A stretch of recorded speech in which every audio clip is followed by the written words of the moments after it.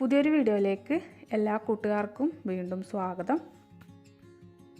പപ്പായ വെച്ച് വളരെ ടേസ്റ്റി ആയിട്ടുള്ളൊരു അടിപൊളി റെസിപ്പിയാണ് ഇന്ന് ഞാൻ നിങ്ങളുമായിട്ട് ഷെയർ ചെയ്യുന്നത്. അതിനുവേണ്ടി ഞാനിത് അവിടെ ഒരു പപ്പായ തൊലിയും അതിനുള്ളിലെ കുരുവൊക്കെ കളഞ്ഞ് 2 പീസായി കട്ട് ചെയ്ത് നല്ല പോലെ ഒന്ന് കഴുകിയെടുത്തതിന് ശേഷം ഇവിടെ എടുത്തു വെച്ചിട്ടുണ്ട്. ഇനി ഇത് നമുക്ക് ഉണങ്ങിയ ടവൽ വെച്ച് നന്നായിട്ടൊന്ന് തുടച്ചെടുക്കണം. വെള്ളത്തിൻ്റെ ഒരു അംശം പോലും ഈ പപ്പായയിൽ ഉണ്ടാവാൻ പാടില്ല.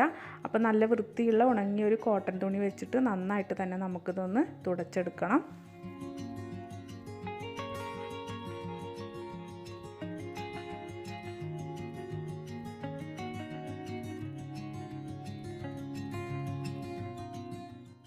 നല്ലതുപോലെ തുടച്ചെടുത്തതിന് ശേഷം പിന്നെ നമുക്കിത് ചെറുതായിട്ടൊന്ന് അരിഞ്ഞെടുക്കണം.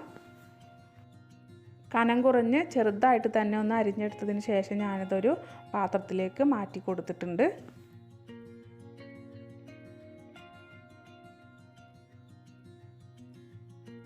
ഇനി ഒരു ഉരുളി ഗ്യാസ് അടുപ്പിലേക്ക് വെച്ച് കൊടുത്ത് അതിലേക്ക് നല്ലെണ്ണയാണ് ഒഴിച്ചു കൊടുക്കുന്നത്. ഞാനൊരു 3 ടേബിൾ സ്പൂണോളം നല്ലെണ്ണ ഒഴിച്ചു കൊടുത്തിട്ടുണ്ട്. നല്ലെണ്ണ നല്ലതുപോലെ ഒന്ന് ചൂടായതിന് ശേഷം ഇതിലേക്ക് 1/2 ടീസ്പൂൺ കടുകും 1/4 ടീസ്പൂണോളം ഉലുവയിട്ടൊന്ന് പൊട്ടിച്ചെടുക്കുക. ശേഷം 2 ടേബിൾ സ്പൂണോളം ഇഞ്ചിയും വെളുത്തുള്ളിയും മിക്സി ജാറിലിട്ടൊന്ന് ക്രഷ് ചെയ്തെടുത്തതിന് ശേഷം ഇതിലേക്ക് ചേർത്ത് കൊടുക്കുന്നുണ്ട്.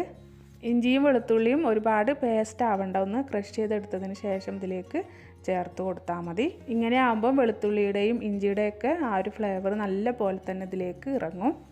ഇനി ഒരു 10-12ഓളം മുളക് നടുവേ കീറിയതിന് ശേഷം ചേർത്ത് കൊടുക്കുന്നുണ്ട്. പച്ചമുളകാണെങ്കിൽ ഒരു 5-6 എണ്ണമൊക്കെ കട്ട് ചെയ്ത് ചേർത്ത് കൊടുക്കുക. 2 തണ്ട് കറിവേപ്പില ചേർത്ത് കൊടുക്കുക. പിന്നെ ഇതിലേക്ക് ചേർത്ത് കൊടുക്കുന്നത് കട്ടക്കായാണ് കേട്ടോ. കായപ്പൊടിയേക്കാളും ഒന്നും കൂടെ ടേസ്റ്റ് ഉണ്ടാവുക കട്ടക്കായം ചേർത്ത് കൊടുക്കുമ്പോഴാണ്. ഇനിയിപ്പോൾ നിങ്ങളുടെ കയ്യിൽ കട്ടക്കായം ഇല്ലയെന്നുണ്ടെങ്കിൽ കായപ്പൊടി ചേർത്ത് കൊടുത്താലും മതി. ശേഷം ഇതെല്ലാം ഒന്ന് നന്നായിട്ട് മൂപ്പിച്ചെടുക്കണം.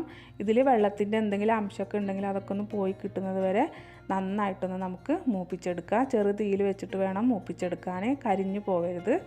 ഇത് കണ്ടോ, ഈ ഒരു രീതിയിൽ മൂത്ത് വന്ന് കഴിയുമ്പോൾ നമുക്ക് ഒന്നുകിൽ ഫ്ലെയിം ഓഫ് ചെയ്യുക, അതല്ലെങ്കിൽ നല്ല പോലെ തന്നെ ഫ്ലെയിം കുറച്ച് വെച്ചതിന് ശേഷം ഇതിലേക്ക് പൊടികളൊക്കെ ഒന്ന് ചേർത്ത് കൊടുക്കണം.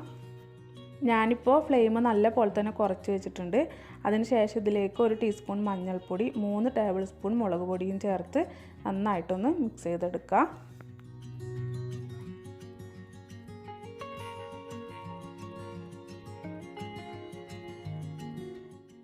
മഞ്ഞൾപ്പൊടിയും മുളക് പൊടിയും നല്ല പോലെ തന്നെ ഒന്ന് മിക്സ് ചെയ്തെടുത്തതിന് ശേഷം പിന്നെ ഇതിലേക്ക് അച്ചാർ പൊടിയാണ് ചേർത്ത് കൊടുക്കുന്നത്. അച്ചാർ പൊടിയും ചേർത്ത് കൊടുത്ത് വീണ്ടും ഒന്നുകൂടെ ഒന്ന് മിക്സ് ചെയ്തെടുക്കുക.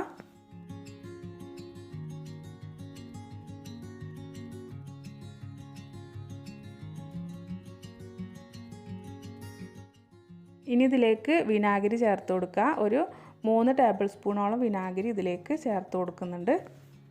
വിനാഗിരി ചേർത്ത് കൊടുത്ത് നന്നായിട്ടൊന്ന് മിക്സ് ചെയ്ത് ഇത് ഒന്ന് തിളപ്പിച്ചെടുക്കണം.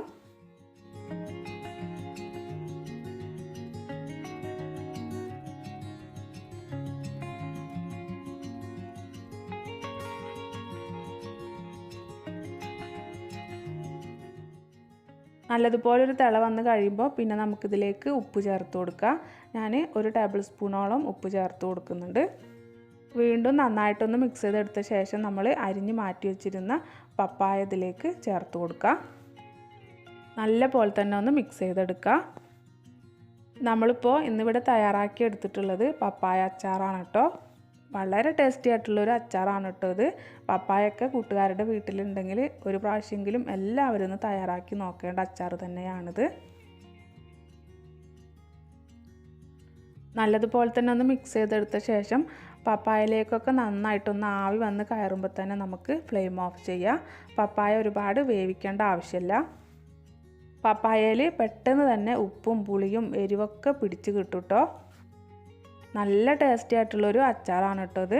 ഫ്ലെയിം ഓഫ് ചെയ്ത ശേഷം പിന്നെ നല്ലതുപോലെ ഒന്ന് ചൂടാറി വന്ന് കഴിയുമ്പോൾ നമുക്കൊരു ചില്ലിക്കുപ്പിയിലാക്കി വെച്ച് സൂക്ഷിച്ച് ഉപയോഗിക്കാവുന്നതാണ്. ഞാനിപ്പോൾ ഇത് അവിടെ ഒരു ചില്ലിക്കുപ്പി എടുത്ത് വെച്ചിട്ടുണ്ട്. അതിലേക്ക് കുറച്ച് നല്ലെണ്ണ ഒന്ന് ഒഴിച്ചു കൊടുത്ത ശേഷം എല്ലാ ഭാഗത്തേക്കും ഒന്ന് ആക്കി കൊടുക്കുന്നുണ്ട്.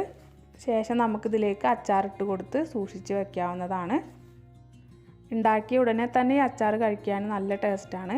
പിന്നെ കുറച്ച് ദിവസം കഴിഞ്ഞ് ഉപയോഗിക്കുകയാണെങ്കിൽ പപ്പായയിൽ ഒന്നുകൂടെ എരിവും പുളിയും ഉപ്പൊക്കെ പിടിച്ച് ഒന്നുകൂടെ ടേസ്റ്റി ആയിരിക്കും കഴിക്കാൻ. അപ്പോൾ പപ്പായ അച്ചാർ ഇതുവരെ ട്രൈ ചെയ്ത് നോക്കാത്ത കൂട്ടുകാരുണ്ടെന്നുണ്ടെങ്കിൽ തീർച്ചയായിട്ടും ഒന്ന് ട്രൈ ചെയ്ത് നോക്കണം. വളരെ ടേസ്റ്റി ആയിട്ടുള്ളൊരു അച്ചാറാണ്. നിങ്ങൾക്ക് ഈ വീഡിയോ ഇഷ്ടപ്പെട്ടാൽ ലൈക്ക് ചെയ്യാനും എൻ്റെ ചാനൽ പുതിയതായിട്ട് കാണുന്ന കൂട്ടുകാർ സബ്സ്ക്രൈബ് ചെയ്ത് സപ്പോർട്ട് ചെയ്യാനും മറക്കരുത്. നമുക്ക് അടുത്ത നല്ലൊരു റെസിപ്പിയുമായി വീണ്ടും കാണാം.